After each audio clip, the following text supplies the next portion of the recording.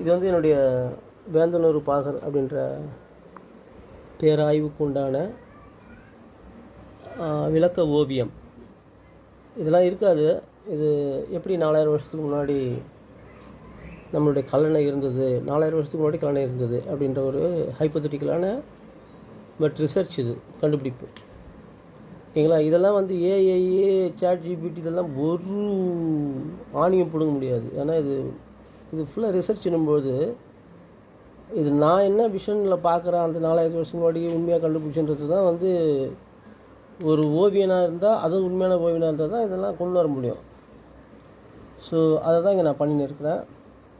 So ரொம்ப தப்பாக சொல்லி வச்சுருக்காங்க நம்மளுடைய கல்லணையை பற்றி. அதுதான் அழகாக இங்கே வந்து விளக்க ஓவியத்தோடு அந்த காலத்து 4000 வருஷத்துக்கு முன்னாடி இது எப்படி இருந்திருக்கும் அந்த கல்லணை அப்படின்ற விஷயத்த, அந்த காட்சியை உங்கள் கண் முன்னால் கொண்டு வரணும். சும்மா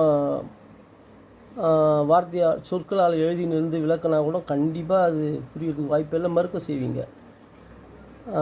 என்னுடைய கல்லணை தந்திரம் கரிகால சோழ பேராறு என்கிற ஒப்பற்ற பேராய்வு அது தமிழருக்கே பெருமை அந்த ஆய்வு. அதுக்குண்டான இது விளக்க ஓவியம். கிட்டத்தட்ட ஒரு 150 விளக்கு, அதாவது நிழற்படங்களுடன் கூடிய விளக்க ஓவியம் நான் பண்ணியிருக்கேன்.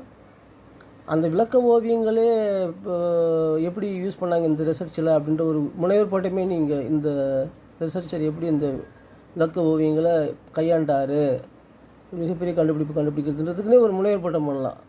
அதுக்கு அதே ஒரு கருதுகோளாக்கி அந்த அளவுக்கு இந்த ரிசர்ச் வந்து இதை பொறாமப்படுறது, அப்புறம் இப்போ நீயா நானா அவர் என்ன பெரியவர் அப்படின்றலாம் ஒன்றுமே வாய்ப்பு இல்லை. இது வந்து நம்ம சங்ககால இலக்கியங்களுக்கு இணையாக ஒரு திருக்குறள் எழுதின ஒரு முனைவு போன்றது. இது இப்போ பொறாமப்பட்டுலாம் ஒன்றும் பண்ண முடியாது. இது உங்களுக்காக தான் நான் பண்ணியிருக்கிறேன். என் மேலே பொறாமையோ இல்லை இவர் என்ன சொல்கிறது அப்படின்ற மாதிரி இன்க்ளீனிங் வேலையெல்லாம் பண்ணக்கூடாது.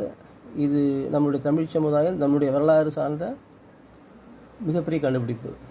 ஸோ அதுக்குண்டான ஓவியம் இது. நன்றி.